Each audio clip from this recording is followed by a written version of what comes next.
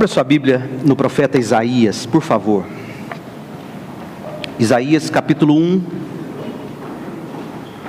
Quero fazer com vocês algumas reflexões sobre o nosso momento político e conclamar você a olhar para cima, a olhar para o Senhor.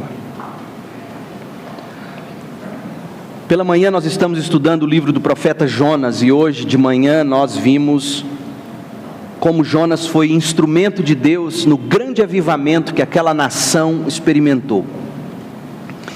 E o desejo do meu coração hoje à noite era pregar a segunda parte do capítulo 3 de Jonas, já que fala sobre o avivamento que a capital da Assíria experimentou, Nínive. Pensando melhor, achei mais prudente deixar o texto para domingo que vem pela manhã. E hoje à noite me ocorreu pregar esse texto, Isaías.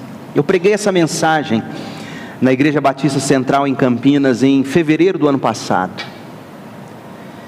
E enquanto orava e pensava sobre hoje à noite, eu fui convencido de que ela é muito mais atual hoje do que há 1 ano e meio aproximadamente atrás. E os irmãos perceberão por quê. Eu não gosto de repetir sermões. É como comer comida requentada para mim. Mas espero que Deus use essa mensagem como se fosse a primeira vez que eu a estivesse entregando. E como se fosse a última de minha vida. Porque, irmãos, nós vivemos um momento singular, como país, como nação. Isaías 1, a partir do verso 1, diz: visão que Isaías, filho de Amós, teve a respeito de Judá e Jerusalém, durante os reinados de Uzias, Jotão, Acás e Ezequias, reis de Judá. Ouçam, ó céus, escute, ó terra, pois o Senhor falou. Criei filhos e os fiz crescer, mas eles se revoltaram contra mim. O boi reconhece o seu dono e o jumento conhece a manjedoura do seu proprietário, mas Israel nada sabe, o meu povo nada compreende. Ah, nação pecadora, povo carregado de iniquidade, raça de malfeitores, filhos dados à corrupção, abandonaram o Senhor, desprezaram o Santo de Israel e o rejeitaram. Por que haveriam de continuar a ser castigados? Porque insistem na revolta, a cabeça toda está ferida, todo o coração está sofrendo. Da sola do pé ao alto da cabeça não há nada são, somente machucados, vergões e ferimentos abertos que não foram limpos, nem enfaixados, nem tratados com azeite. A terra de vocês está devastada, suas cidades foram destruídas a fogo, seus campos estão sendo tomados por estrangeiros diante de vocês e devastados como ruína que eles costumam causar.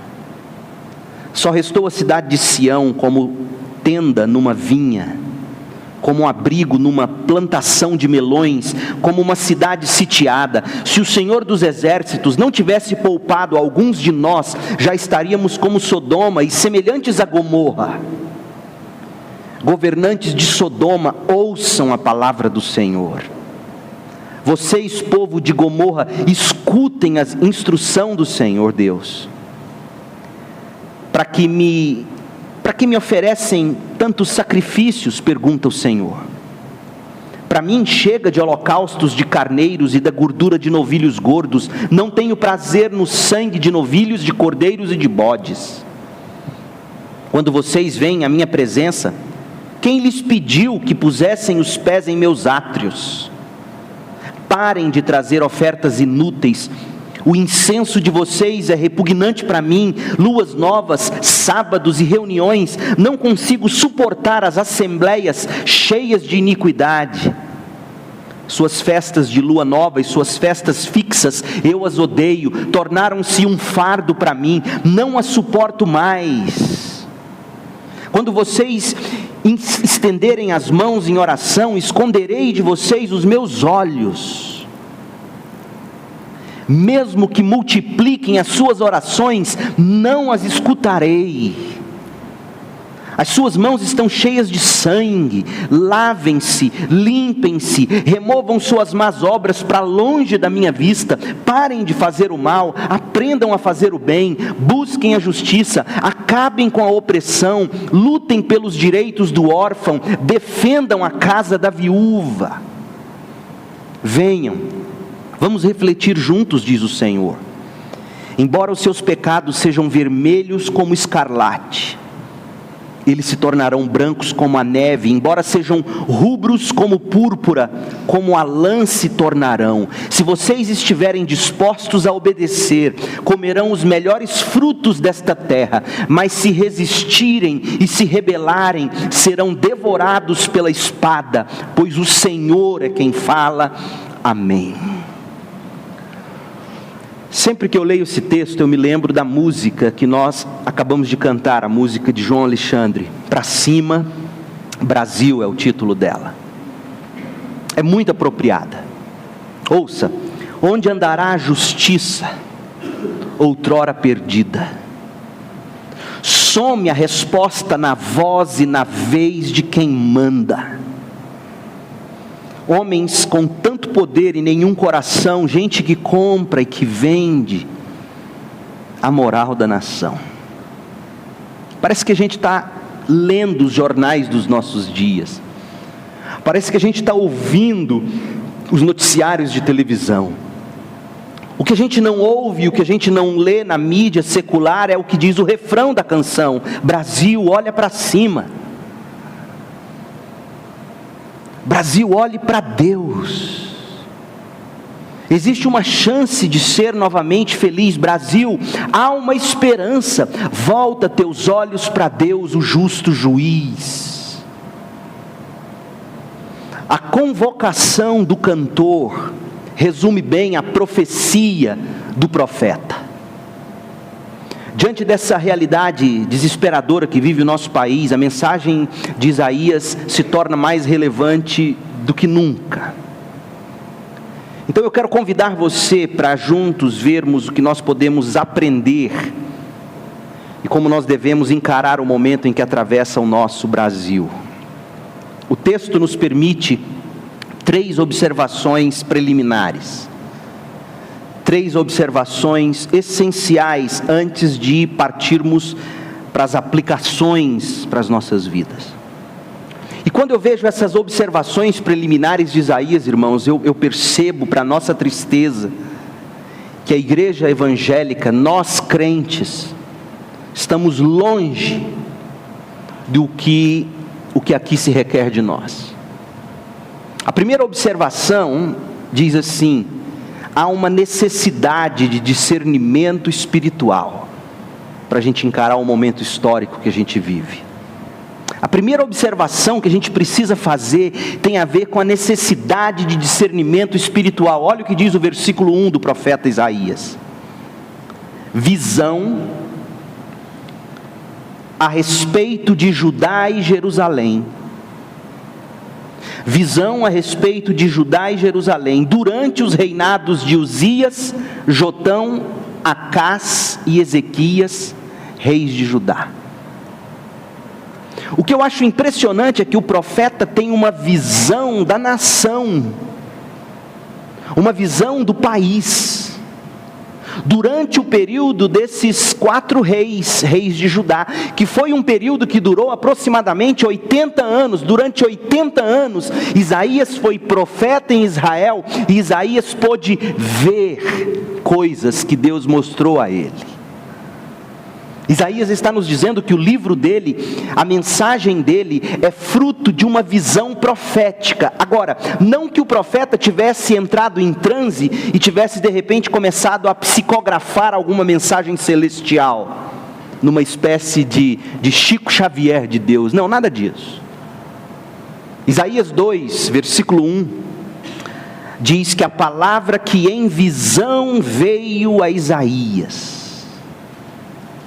O que Isaías está dizendo para nós é que ele teve percepção espiritual daquele momento histórico em Israel. Isaías está nos dizendo que ele teve visão dos fatos. Deus, pelo Espírito de Deus, deu a Isaías o que ele precisava enxergar, para daí ele poder saber ajudar aquele povo. Trata-se de um discernimento espiritual, de uma leitura espiritual, de uma visão espiritual da história de Israel. Sabe qual é a lição para nós, irmãos? Devemos sim nos informar acerca dos fatos que investigações vão nos trazendo. Claro que devemos. Mas eu temo que nós, cristãos, nos contentamos com essas investigações e nos esquecemos de buscar e de investigar atrás de um discernimento espiritual o que realmente está acontecendo nesse país. A lição de Isaías é que para toda situação que a gente vive, se a gente buscar a Deus, se a gente buscar ao Senhor com fé, a gente pode receber dele a visão correta dos fatos. Discernimento espiritual. O discernimento de que nós precisamos para prosseguir. Graças a Deus, irmãos, que nós não estamos entregues às nossas próprias conjecturas, às nossas especulações e principalmente às nossas ideologias partidárias. A gente sempre pode contar com discernimento espiritual, inclusive para questões nacionais. No entanto, o que eu percebo é que nós estamos vivendo como nos dias do sacerdote Eli. Você se lembra o que foi dito sobre aqueles dias? 1 Samuel 3, versículo 1, naqueles dias, raramente o Senhor falava, e as visões não eram frequentes.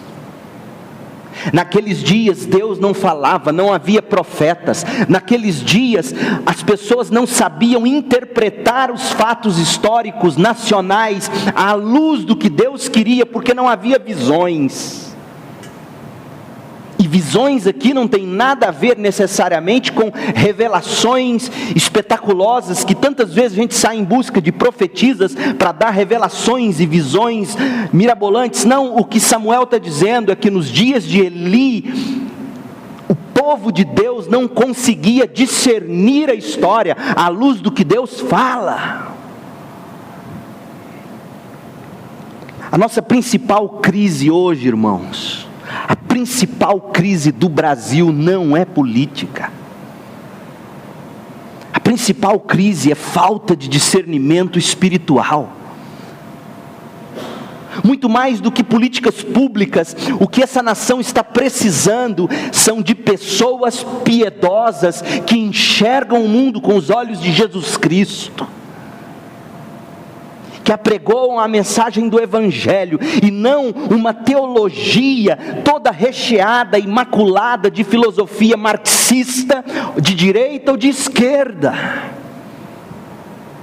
O que impera hoje são pessoas que pensam e que agem pela própria imaginação delas, segundo a iluminação que elas julgam ter, seguindo suas preferências ideológicas, mesmo entre cristãos. Afinal de contas, nós somos todos crias do momento histórico chamado iluminismo, onde se não passa pelo crivo do raciocínio, não é crível. Só que o que a gente esquece é que quando a gente se entrega apenas ao raciocínio sem intervenção divina, a gente perde o discernimento espiritual e isso é devastador. O que falta à igreja evangélica brasileira hoje, muito mais do que se engajar em marchas políticas, o que falta à igreja evangélica hoje é discernimento espiritual, é tempo com Deus. A gente precisa da visão de Deus como Isaías teve. Segunda introdução, segundo tema introdutório, é a realidade de um povo espiritual. Outro fato importante é que no meio de toda aquela crise nacional, Isaías enxerga que Deus tinha preservado para si um povo puro, um povo espiritual, um remanescente fiel. Irmãos, nós não estamos entregues aos mais de 500 deputados e não sei quantos senadores e governadores e presidente. Por mais que a situação se pareça caótica, e está, nós não podemos nos iludir. Existe a realidade de um povo espiritual. Deus sempre tem os seus remanescentes eleitos, e esse povo é a esperança. É isso que Isaías enxerga. Isaías enxerga a realidade espiritual da nação, mas imediatamente Isaías enxerga um povo pequenino, não muito influente politicamente falando, mas um povo que era tudo o que Deus tinha na terra naquele momento. O texto diz assim, Isaías 1:8: só restou a cidade de Sião como tenda numa vinha, como abrigo numa plantação de melões. Olhem essas imagens. O que é um abrigo numa vinha? O que é um abrigo numa plantação de melões? É um lugar onde se pode ter sombra. Mas nossas igrejas tantas vezes não são abrigo para ninguém. Nossas igrejas se tornaram locais de extorsão financeira. Se tornou um balcão de negócios, onde você troca com o seu pastor ou líder espiritual a bênção. E eu tenho percebido que inclusive há até corretagem de ovelha com pastor, sabia disso? Eu tenho percebido que há filosofias pastorais diabólicas, onde parece que se o pastor ora pela ovelha e ela faz aquele negócio, o lucro daquele negócio tem que ser revertido de alguma forma também para o pastor. Irmão, uma coisa é uma doação generosa de coração, outra coisa é essa negociata implícita que parece existir entre nós, para nossa vergonha. Isaías está dizendo que apesar de tudo isso, ainda tem uma tenda numa vinha, um abrigo na plantação de melões, mas nós somos como uma cidade sitiada. O mundo nos espreita, o mundo quer nos destruir, mas nós somos o remanescente de Deus, e mesmo sitiados, e mesmo sob pressão, e mesmo sob perseguição, o que de nós se espera é que a gente plante tendas de abrigo para esse mundo cheio de machucados causados pelo pecado. O povo de Deus, a igreja de Cristo, é a única esperança para uma nação em crise, meus irmãos. É a única esperança. A gente deveria se orgulhar e se contentar com o fato de sermos crentes num mundo como esse. Mas parece que a gente se sente melhor e mais poderosos quando a gente é crente e tem um irmão político. Como assim? Parece que a gente tem a necessidade de criar nossos próprios candidatos, como se ele fosse se tornar para nós lá, uma vez eleitos, despachante de Batista. Mas Deus não conta com isso. É impressionante, Deus não conta com isso. Deus conta com seu remanescente fiel. E o texto diz: se o Senhor dos exércitos, verso 9, se o Senhor dos exércitos não tivesse poupado alguns de nós, já estaríamos como Sodoma e semelhantes a Gomorra, ou seja, destruídos. Isaías quer que nós nos conscientizemos. O que se espera dos evangélicos no Brasil é que eles reconheçam a realidade de que são um povo espiritual, e como tais, as armas deles não são as armas políticas, são as armas espirituais da oração, da palavra, do bom caráter de Jesus Cristo. A gente não crê no poder dessas coisas, a gente não crê mais nisso. Nenhuma outra instituição é mais importante, conscientize-se disso, ame a sua igreja local. Nenhuma outra instituição é mais importante do que a igreja. Foi por ela que Jesus morreu. E eu vou dizer algo que talvez te escandalize, mas é bíblico: a igreja vem antes da família no plano eterno de Deus.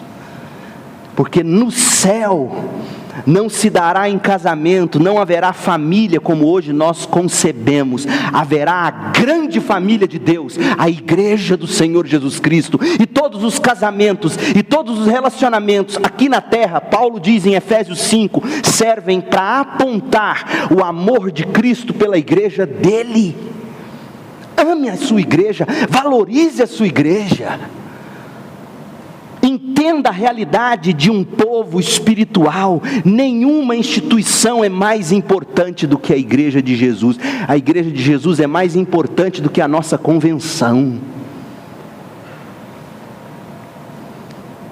A igreja invisível, o remanescente de Deus espalhado pelas igrejas locais ou através das igrejas locais em todo o mundo, é a única esperança para o Brasil e para as nações, irmãos. E se Deus não tivesse preservado alguns poucos remanescentes, algumas igrejas fiéis, há muito tempo esse país estaria destruído. E sabe por quê? Porque esse remanescente aqui é sal, esse remanescente aqui é luz. A terceira observação é a indispensabilidade do engajamento espiritual. Isaías vai falar sobre isso. Se a igreja, com discernimento espiritual e com consciência de que é um povo espiritual, preservado por Deus, para exaltar a glória e a graça de Jesus, se essa igreja não se engajar com armas espirituais, o Brasil nem país algum terá esperança. Olha quais são as armas da igreja, irmãos. Isaías nos aponta nos versos 16 e 17. Lavem-se, limpem-se, removam suas mãos ou suas más obras para longe da minha vista.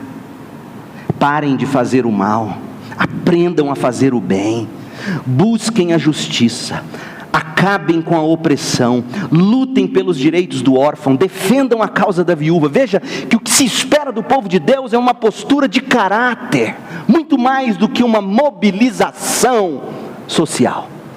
Óbvio que devemos nos mobilizar socialmente, óbvio que devemos tentar imprimir políticas públicas que reflitam o caráter de Jesus Cristo. A história está repleta desses casos. Agora, tudo isso sem o caráter que se espera da igreja, revelado aqui, vai ser correr atrás do vento. Existe aqui a necessidade de um engajamento celestial. Ou seja, salvação, santificação, lavem-se, limpem-se, removam suas más obras para longe da minha vista. Pare e pense por um instante. A primeira coisa que o Senhor requer de nós num momento de corrupção como no Brasil é que nós sejamos totalmente diferente deles. Em tudo que fazemos, nas nossas transações, nas nossas negociações, no nosso vocabulário, nas nossas brincadeiras, no nosso jeito de ser, o que se requer de nós é esse engajamento. Lavem-se, limpem-se, removam suas más obras para longe da minha vista. Eu não quero mais ver isso. Há também um engajamento pessoal aqui. Parem de fazer o mal. Pare já de fazer o mal, aprenda a fazer o bem. Por quê? Porque aprender, porque o verbo aqui é aprender, porque fazer o bem não é algo natural para nós, gente. O pecado sempre nos leva para longe do que é fazer o bem. A gente sempre vai buscar o interesse próprio. E aí Isaías diz: aprendam a fazer o bem. Essa é a luta, essa é a militância. A militância da igreja é esse engajamento celestial de lavagem e purificação. A lava-jato tem que ser na nossa alma, gente. Parar de fazer o mal, aprender a fazer o bem, buscar a justiça. Abandonando a velha maneira de pensar, adotando uma nova forma de pensar, abraçando uma nova cartilha para pensar. Qual é a nossa cartilha? A nossa cartilha é as Escrituras. Há um engajamento celestial, um engajamento pessoal e há também um engajamento social. Agora, o engajamento social aqui parte do indivíduo e não da instituição. É isso que Isaías está dizendo, verso 17. Acabem com a opressão.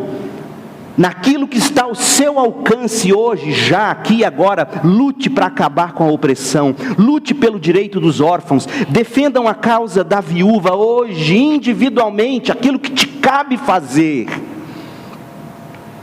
E aí você poderá dizer, mas sozinho eu não vou conseguir mudar o mundo. Você devia ter ouvido a mensagem de hoje cedo.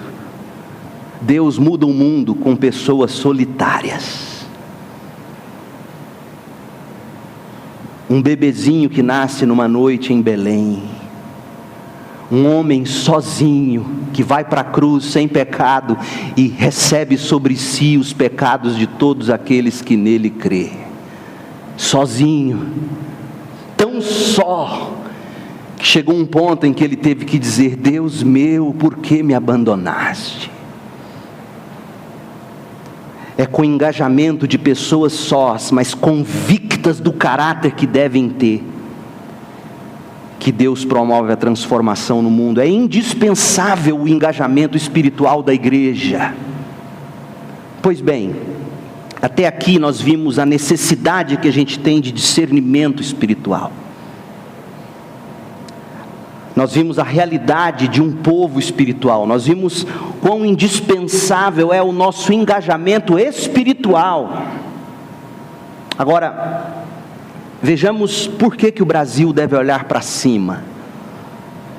E como que nós podemos nos engajar nessa missão. Primeiro, por que olhar para cima? E não para o Congresso?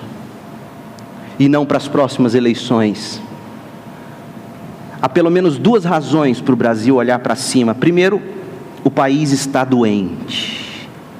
Versículo 5. Por que haveriam de continuar a ser castigados? Ou seja, eles estavam sendo disciplinados, não mudavam seus caminhos, e Deus continuava surrando esse povo, não para massacrar, mas na esperança de vê-los se converter dos maus caminhos. O que está acontecendo com a nação, eu não tenho dúvida de dizer o que eu vou dizer para vocês, nada mais é do que isso. Um povo que continua idólatra, um povo que continua ímpio, um povo que adora não somente imagens, mas o corpo escultural. As academias do Brasil hoje são os novos templos religiosos, com sacerdotes e tudo mais, com sacerdotisas e tudo mais. É uma idolatria do corpo, é uma idolatria do prazer, é uma idolatria do consumo, é uma idolatria de imagens, é uma idolatria de personalidades, é uma idolatria de marca de igreja, é uma idolatria de tudo. E Deus olha e diz, escuta, vocês não mudam, e vocês querem que eu pare de disciplinar vocês? Porque a próxima etapa no cronômetro de Deus é o seguinte: se eu parar de castigar você enquanto você não se arrepende, o próximo passo é deixar você cair na perdição eterna. Se é isso que você quer, tudo bem, eu lavo as minhas mãos, segue. Por que haveriam de continuar a ser castigados? Por que insistem na revolta? A cabeça toda está ferida, todo o coração está sofrendo, da sola do pé ao alto da cabeça não há nada são, somente machucados, vergões e ferimentos abertos que não foram limpos, nem enfaixados, nem tratados com azeite. Olha que Isaías diz que a cabeça e o coração estão doentes. Por que ele usa esses dois órgãos? Porque esses dois órgãos comunicam a essência da doença. A cabeça representa as decisões, a razão. O coração é o órgão do amor, das emoções. E o que Isaías está dizendo é que esse povo estava com suas faculdades intelectuais adoecidas e com suas emoções corrompidas. Não é isso que a gente vê no mundo, um mundo que não pensa mais coerentemente, não pensa mais segundo a verdade, um mundo com as emoções totalmente viradas e corrompidas. Esse povo não tinha mais mente para Deus, a cabeça deles não pensava mais em Deus. Eles abandonaram as Escrituras. A consequência é que o coração deles também não amavam mais a Deus. E da cabeça aos pés eles sofriam as consequências. O texto fala de machucados pela espada da guerra. O texto fala de vergões causados pelos açoites impiedosos de nações que vinham impiamente massacrar Israel. O corpo de todos eles estava ferido, sem tratamento. E tal estado do corpo revelava bem o estado da alma de Judá. E também o estado da alma dessa gente brasileira. O nosso povo está doente da cabeça e do coração, gente. Ou a gente olha para cima, ou essa doença nos mata. Segundo motivo para olhar para cima, o país está devastado. Verso 7. A terra de vocês está devastada, suas cidades foram destruídas a fogo, os seus campos estão sendo tomados por estrangeiros. Diante de vocês, e devastados como a ruína que eles costumam causar. Gente explorada pelos mais fortes, propriedades destruídas por pessoas ímpias, fonte de renda sendo saqueada. Ou seja, tudo o que aquele povo tinha conquistado com trabalho, com suor, estava sendo papado pelo leão da impiedade, da maldade. Irmãos, quando a gente lê esse texto, qualquer semelhança não é mera coincidência.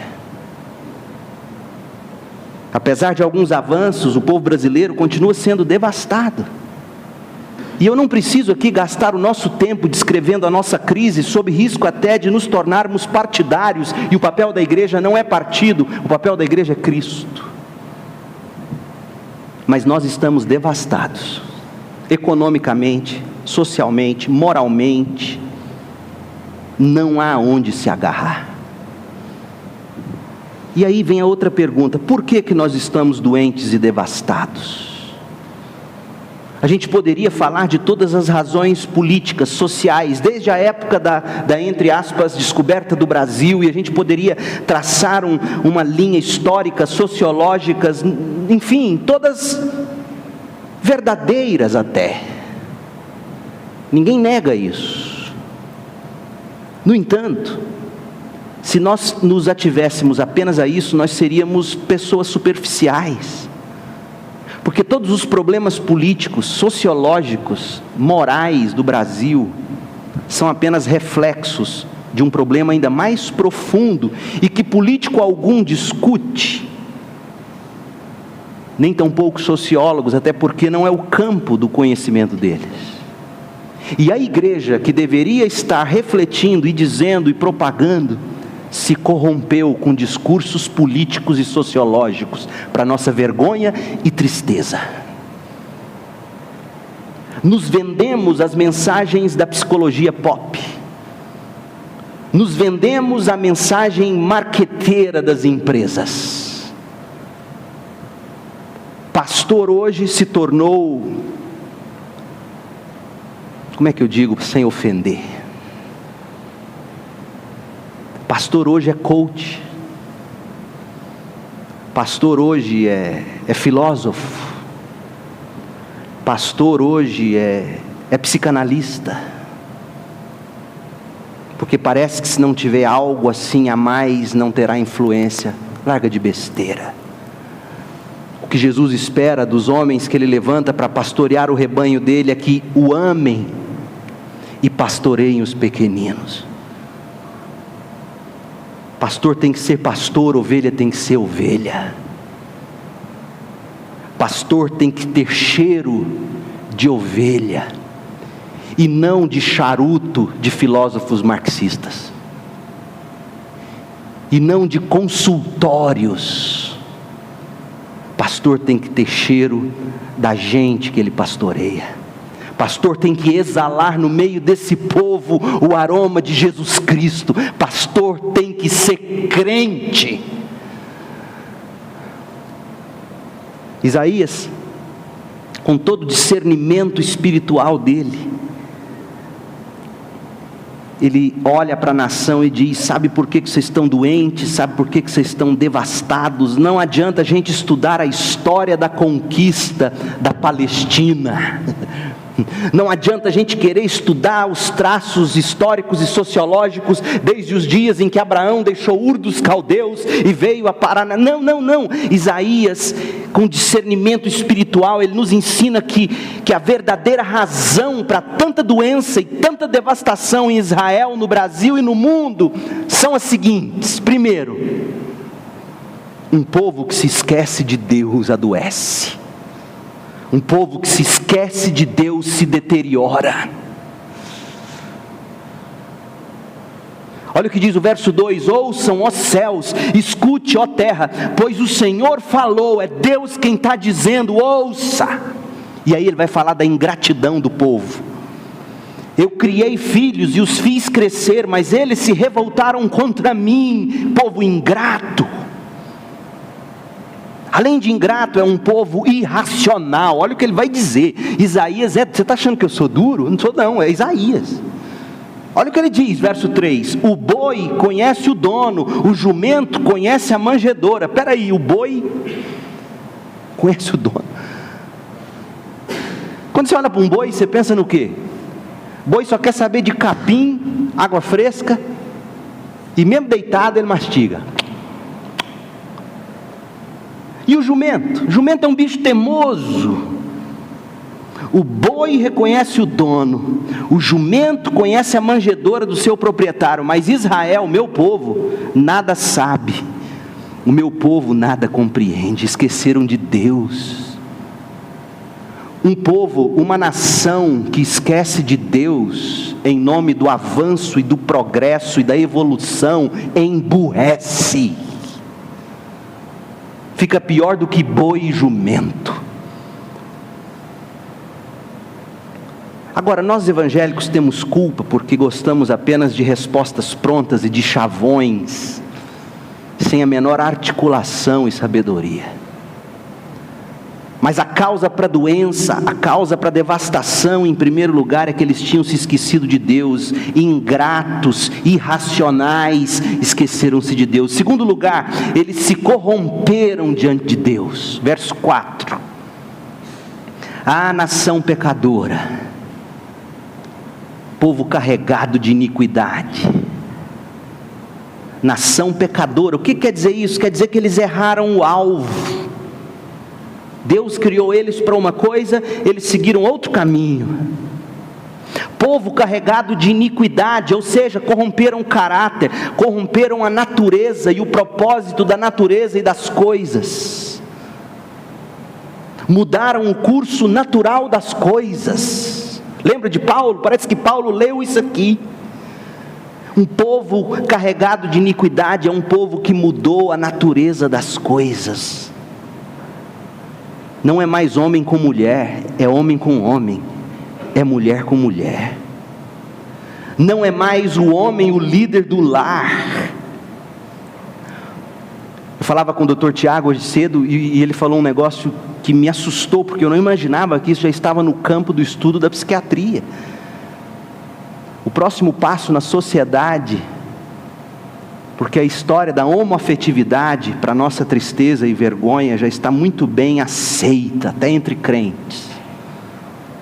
O próximo passo é o poliamor. Pessoas que têm diversos cônjuges. O passo seguinte é o incesto, a pedofilia.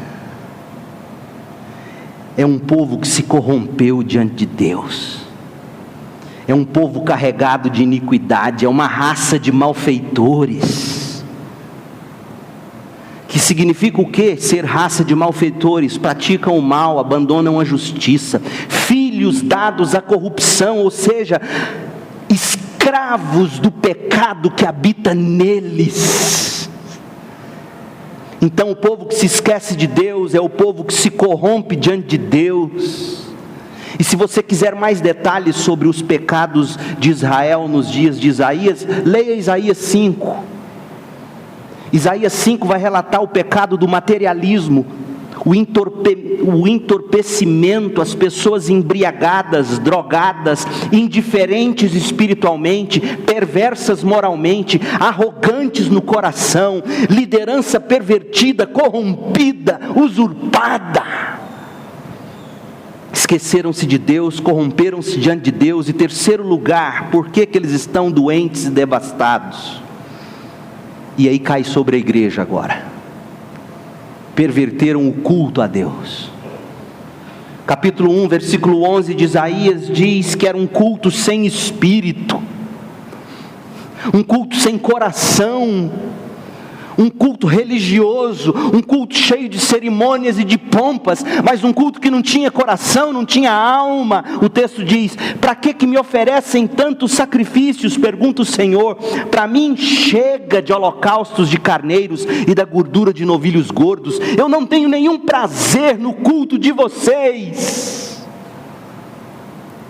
É um culto sem verdade. Versículo 12: quando vocês vêm à minha presença, quem lhes pediu que pusessem os pés em meus átrios? É um povo que não tinha mais a verdade, não tinha mais as escrituras, não sabiam mais nem como proceder. E Deus diz: quem disse que tinha que ser assim? Um culto sem caráter. Parem de trazer ofertas inúteis, diz o verso 13. O incenso de vocês é repugnante. Luas novas, sábados, cultos, festas, programações. Eu não consigo suportar suas assembleias cheias de iniquidade. Culto sem amor, versículo 14. Suas festas da lua nova, suas festas fixas, eu odeio tudo isso. Tornaram-se um fardo para mim. Eu não suporto mais. E olha que coisa triste Deus diz aqui, verso 15, que era um culto sem compromisso. Quando vocês estenderem as mãos em oração, eu vou fechar os olhos, eu não quero ver vocês orar. Mesmo que multipliquem as suas orações, não as escutarei. As suas mãos estão cheias de pecado, de sangue. Irmãos, uma sociedade que se esquece de Deus, uma igreja sem novidade de vida, são capazes de fazer adoecer e de devastar qualquer nação. É isso que o Brasil está vivendo. Uma igreja que se gaba de ser evangélica, mas sem novidade. A ponto de hoje nós nos entristecermos de ouvir pessoas dizerem: eu não faço negócio com crente. Eu prefiro um funcionário descrente. A sociedade, eu fui na editora PES, há uns anos atrás em São Paulo, comprado um velhinho lá que foi enviado para o Brasil como missionário do Martin Lloyd Jones, William Barclay. Fui comprar uns livros, fui só com cartão e cheque. Um homem muito bonzinho, velhinho. Aí peguei uma pilha de livros, entreguei o cartão, débito. Não, eu não pego o cartão. Tirei o talão de cheque, não pego. Só dinheiro. Falei: não, moço, eu sou pastor. Para quê? Sabe o que ele fez? Ele abriu a gaveta e botou 2 pacotes de cheque. Pastor, esse pacote aqui é só de pastor, tudo cheque devolvido. E a pilha tinha os 2 dedos acima dos outros. Eu pus meu rabinho no meio das pernas, desci, fui no Itaú, saquei, voltei e paguei em dinheiro. Irmãos, uma igreja assim, sem caráter, sem verdade, sem amor, sem compromisso, sem espírito, numa sociedade que ignora Deus, o que você espera? Doença e devastação. Aí, para concluir, como é que a gente sai dessa? Como é que a gente olha para cima? Isaías nos diz: primeiro, compromisso. Nós precisamos de compromisso, irmãos. Verso 16, eu gosto dos verbos do verso 16 e do 17. Lavem-se. Esse verbo diz sobre o nosso compromisso com Deus. Deus quer que sejamos santos porque Ele é santo. Toda vez que você ouvir a expressão lava-jato, lembre-se da sua alma. Deus tem que lavar sua alma também, antes de lavar essa nação. Lavem-se. Verso 17, aprendam a fazer o bem. Tem a ver com o próximo, compromisso com o próximo. Busquem a justiça, o próximo. Acabem com a opressão, o próximo. Lutem pelos direitos do órfão, o próximo. Defendam a casa da viúva, o próximo. Nós precisamos de uma igreja limpa diante de Deus, e que ama o próximo, e que abre a mão para o próximo, e que cuida do próximo, e que abraça o próximo, e que visita o próximo, e que ajuda o próximo a sair do buraco. Esse é o compromisso. Os primeiros cristãos, eles faziam isso a ponto de a sociedade pagã ao redor olhar para eles e ficar assustada de vê-los recebendo estranhos dentro das suas próprias casas, vê-los não indo para as arenas onde cristãos eram mortos por leões em espetáculos pagãos. Igreja que abraçava, que cuidava, que tirava dele, da boca dele para dar para o próximo. Hoje, a gente dizima se der. Aliás, a gente só dizima enquanto o pastor agrada. Quando eu cheguei em Campinas, São Paulo, um diácono foi me visitar e falou: pastor, você quer saber enquanto o senhor está indo bem aqui? Eu falei: pois não, irmão. Observa o dízimo. Se estiver subindo, todo domingo eu pergunto: Ed, como é que estão as coisas? Brincadeira à parte, irmãos. Mas a gente não tem compromisso com o próximo, a gente não tem compromisso com Deus, a gente não tem compromisso com o próximo, a gente tem compromisso com o nosso próprio umbigo. E vem Isaías e diz: olhar para cima significa, em primeiro lugar, comprometer-se com Deus, lavando-se dos seus pecados. E a prova de que você está lavando seus pecados diante de Deus é a forma como você vai amando os irmãos e as pessoas que cruzam seu caminho.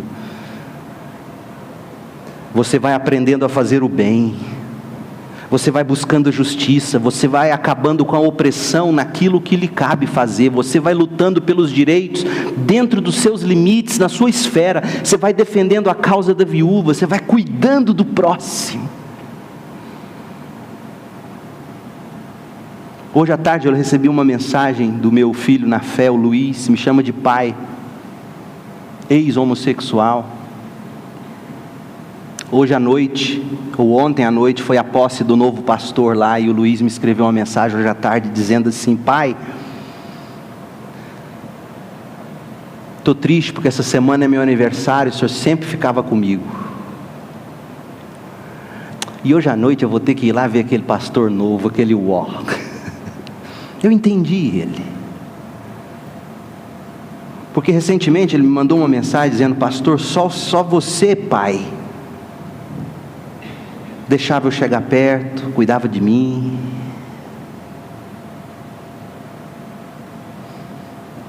Isso quebra meu coração, porque durante mais de 5 anos aquela igreja me viu amar aquele moço. E não é natural para nós buscar a justiça, aprender a fazer o bem. Irmãos, a gente precisa saber cuidar dos outros. Entra um visitante entre nós, você termina o culto, antes de se preocupar em correr para o carro, pegar, sair, abraça, escuta, você é novo, como é que eu te ajudo? Não tenha medo de passar um carão dizendo: não, já frequento aqui tem 10 anos, ou então: me perdoe, agora que eu estou começando a ver os outros, que bom te conhecer, dá um beijo santo. Mas sejamos assim, comprometidos com Deus e uns com os outros. Você está precisando de alguma coisa? Como que eu te ajudo? O que eu faço? Ah, pastor, se eu fizer isso as pessoas vão começar a abusar. Deus vai te dar sabedoria. Segundo, a gente olha para cima com contrição. O compromisso é fruto da contrição. Olha o que diz o verso 16: lavem-se, limpem-se, removam suas más obras para longe da minha vista. É um coração contrito, arrependido, que diz: Deus, eu tenho vergonha dos meus pecados. terceiro e último lugar, comunhão com Jesus Cristo. Olha o que diz o verso 18, terminando o capítulo. Venham, diz o Senhor, vamos refletir juntos. Gente, sabe o que eu escuto aqui? Eu escuto Mateus, quando Jesus disse: venham a mim todos os que estão cansados e sobrecarregados, eu vou aliviar vocês. E aqui a linguagem do profeta Isaías, que é o profeta, entre aspas, mais cristão do Antigo Testamento, ele está dizendo: venham, vamos refletir juntos, diz o Senhor. Embora os seus pecados sejam vermelhos como escarlate, eles se tornarão brancos como a neve. Embora sejam rubros como púrpura, como a lã se tornarão. Ou seja, eu perdoarei vocês, eu trarei alívio a vocês. Se vocês estiverem dispostos a obedecer, comerão os melhores frutos dessa terra. E aqui, irmãos, não é mensagem de prosperidade. Se vocês estiverem dispostos a obedecer, vocês comerão os melhores frutos do céu. Essa é a contextualização cristã. E o que significa comer os melhores frutos do céu aqui nessa terra? Significa momentos de comunhão e de prazer com Jesus de Nazaré. Mas se resistirem e se rebelarem, vocês serão devorados pelo pecado, pela espada, pois o Senhor é quem fala. Irmãos, a gente precisa olhar para cima. O Brasil precisa olhar para cima, começando por nós. Então eu tenho 3 desafios para você. Primeiro, saia daqui hoje à noite comprometido em buscar discernimento espiritual. Esquece um pouco da política, esquece um pouco dos comentários políticos, jornalísticos, esquece um pouco disso e busque conhecer mais o que Deus diz. Busque discernimento espiritual. Segundo, saia daqui querendo cultivar uma vida espiritual. Em terceiro lugar, queira agir como homem e mulher espiritual, com armas espirituais. E sobre elas nós falaremos mais domingo que vem pela manhã, se Deus permitir, quando a gente estudar o avivamento na cidade de Nínive. Armas espirituais, oração, jejum, leitura bíblica, disciplinas espirituais. A nossa terra está doente, todos se esqueceram de Deus, todos se corromperam diante de Deus, até o culto a Deus foi pervertido pela maioria dos cristãos. Esse Brasil grita e clama, não por um impeachment, ou não por uma mudança de governo necessariamente. Esse Brasil clama por homens e mulheres que tenham discernimento espiritual, que tenham vida espiritual, que agem com armas espirituais. Uma igreja que olha para cima, com compromisso com Deus e com o outro. Uma igreja contrita, uma igreja que busca comunhão com Jesus. A gente precisa olhar para cima, irmãos. A gente precisa olhar para Jesus e ouvi-lo dizer: vinde a mim todos os que estão cansados e sobrecarregados, e eu darei descanso. Seja honesto agora comigo. Você está ou não está cansado e sobrecarregado? Todos nós estamos no Brasil em que vivemos hoje. E o convite de Jesus é: vinde a mim, eu lhes darei descanso. Feche os seus olhos. Eu vou pedir que você olhe para cima agora, olhe para Jesus. Que você ouça a voz de Jesus dizendo: vem a mim. Confesse os seus pecados, limpe-se, lave-se no sangue do Cordeiro. Clame pelo perdão que há em Cristo Jesus. Busque novidade de vida. Olhe para cima. É disso que o Brasil precisa hoje, mais do que qualquer outra coisa, de homens e mulheres assim, com discernimento espiritual, com vida espiritual, com vocabulário espiritual. Não seja você como aqueles que vivem se esquecendo de Deus, que se corromperam diante de Deus.